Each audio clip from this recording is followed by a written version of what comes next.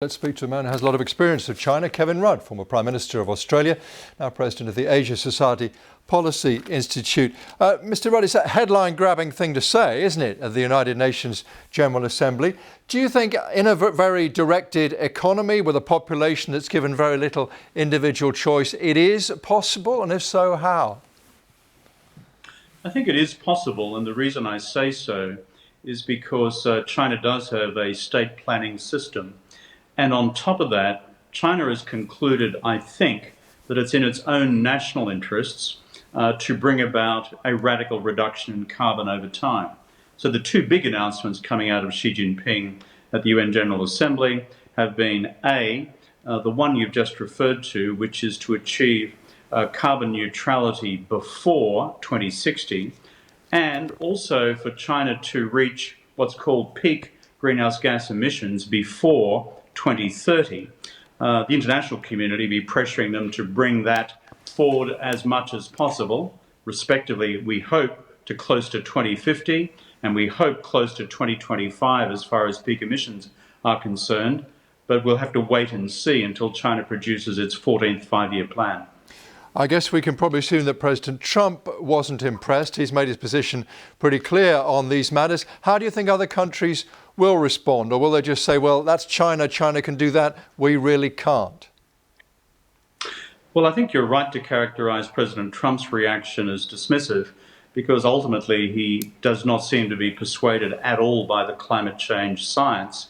And the United States under his presidency has been completely missing in action in terms of global work on climate change mitigation activity. But when you look at the other big player on global climate change action, it's the European Union.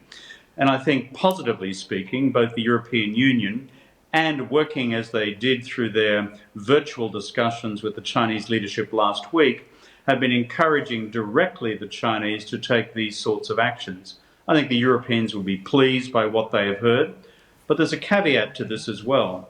One of the other things the Europeans asked is for China not just to make concrete its commitments in terms of peak emissions and carbon neutrality, but also not to offshore China's responsibilities by building a lot of carbon-based or fossil fuel-based power generation plants in the Belt and Road Initiative countries beyond China's borders. That's where we have to see further action by China as well.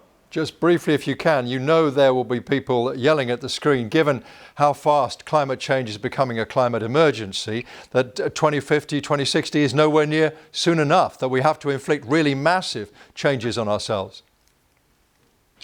Well, the bottom line is that if you look at the science, it requires us to be carbon neutral by 2050 as a planet. Given that China is the world's largest emitter by a country mile, then I'd say to those throwing shoes at the screen, getting China to that position, given where they were, frankly, 10 years ago when I first began negotiating with the Chinese leadership on climate change matters, is a big step forward. And secondly, what I find most encouraging, though, is that China's national political interests, I think, have been engaged. They don't want to suffocate their own national economic future any more than they want to suffocate the world's.